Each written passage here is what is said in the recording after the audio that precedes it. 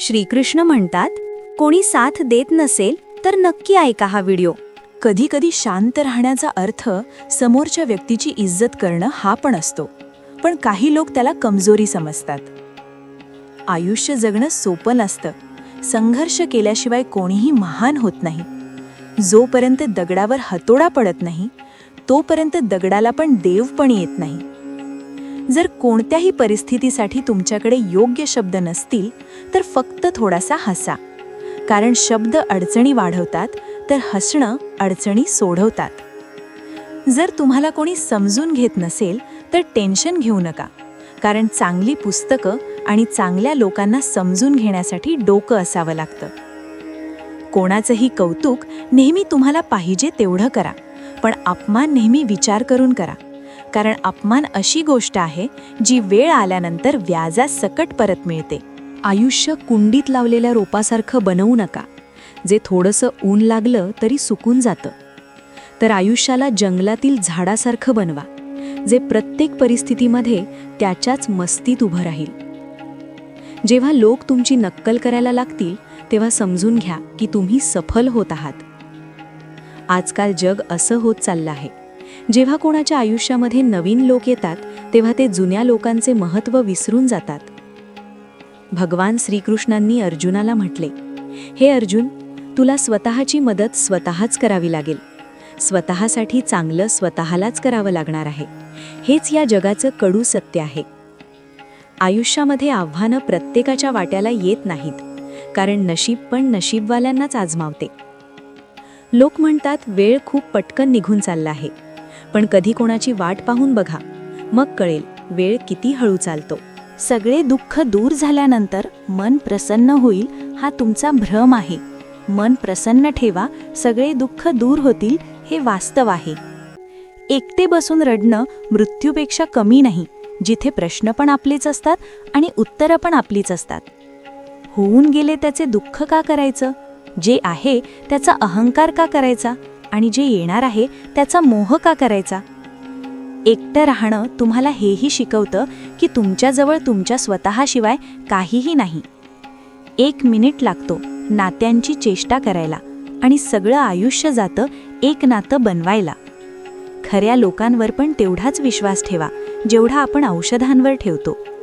थोडा धीर धरा, कारण प्रत्येक दुःखानंतर सुखाची वेळ नक्की येते. अन्नासारखे विचित्र काहीही नाही माणसाच्या आयुष्यामध्ये. माणूस अन्न मिळवण्यासाठी सुद्धा पळतो आणि ते पचवण्यासाठी सुद्धा पळतो.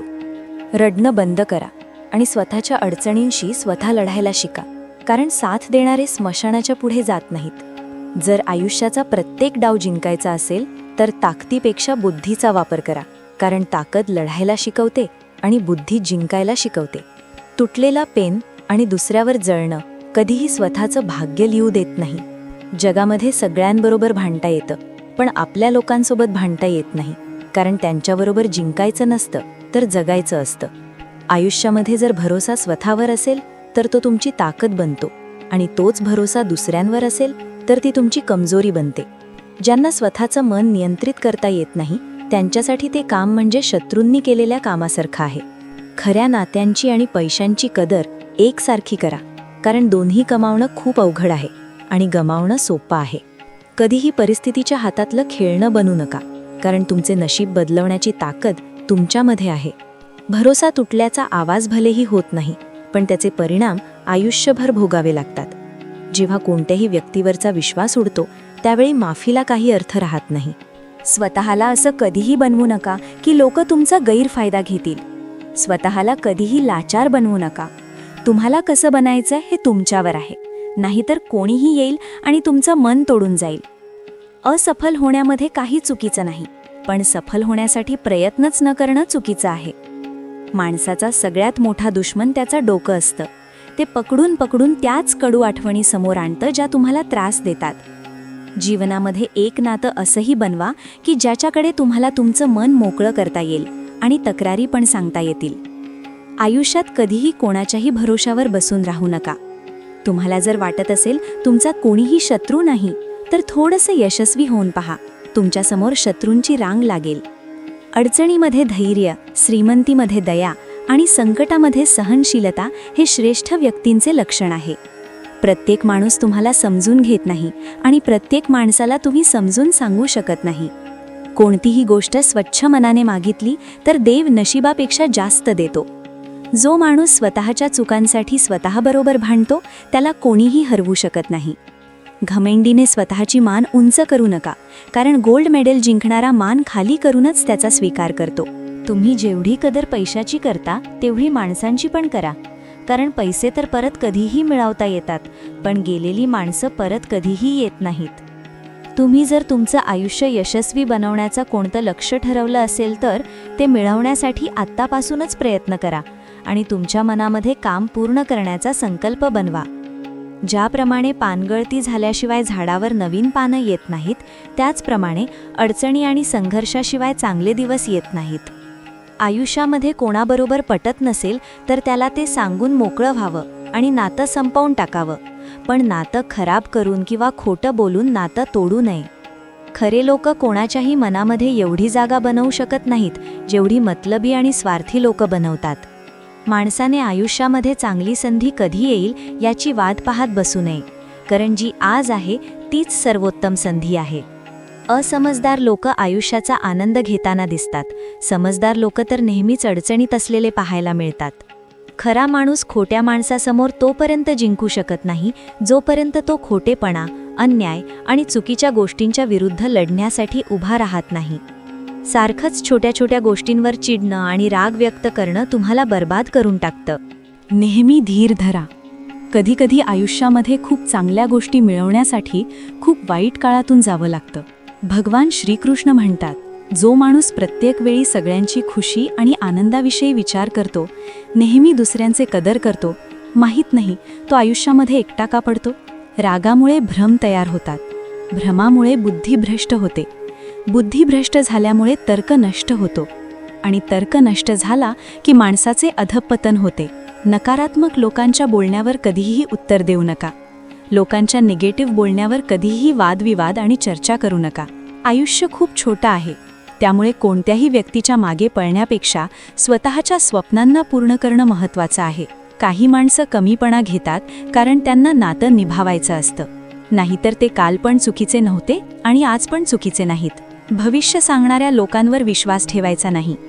सापांच्या दातामध्ये, विंचूच्या डंख मारण्यामध्ये आणि माणसाच्या मनामध्ये किती विष आहे हे सांगणं अवघड आहे. आयुष्यात कधीही कोणाच्याही भरोशावर बसून राहू नका. कोणतीही व्यक्ती त्याला पाहिजे ते बनू शकते, जर तो विश्वासाने त्या गोष्टीसाठी प्रयत्न करत राहील. आयुष्यामध्ये आपल्याला जे पाहिजे असते ते सहजासहजी मिळत नाही, पण खरं हेही आहे की आपल्याला पण तेच पाहिजे असतं जे मिळवणं सोपं नसतं. वेळेच्या आधी मिळालेल्या वस्तूची किंमत नसते आणि वेळ निघून गेल्यानंतर मिळालेल्या वस्तूला महत्त्व नसतं. अतिविचार करणे थांबवले पाहिजे. जो सगळ्यांनाच हा माझा, तो माझा सांगत राहतो तो कोणाचाच नसतो. दुसऱ्याकडे हट्ट करायचा नाही. जे काही करायचं, घ्यायचं ते स्वतःच्या हिमतीवर करायचं. जेव्हा आपली लोकं धोका देतात तेव्हा आयुष्य एका क्षणात विखरून जातं आणि जेव्हा आपली लोकं साथ देतात त्यावेळी आयुष्य सुधारतं. कोणाच्याही सोडून जाण्यामुळे काळजी करू नका. चुकीची लोकं आयुष्यातून गेलीच पाहिजेत, कारण त्यामुळेच आयुष्यामध्ये चांगली लोकं येतील. आधार नेहमी कमजोर लोकं शोधतात. ज्यांच्यामध्ये ताकद असते ते स्वतःचा आधार स्वतःच बनतात. बुद्धिमान फक्त तेच नसतात ज्यांना फक्त बोलणं माहीत असतं. खरे बुद्धिमान तर ते असतात ज्यांना माहीत असतं कुठे गप्प राहायचं.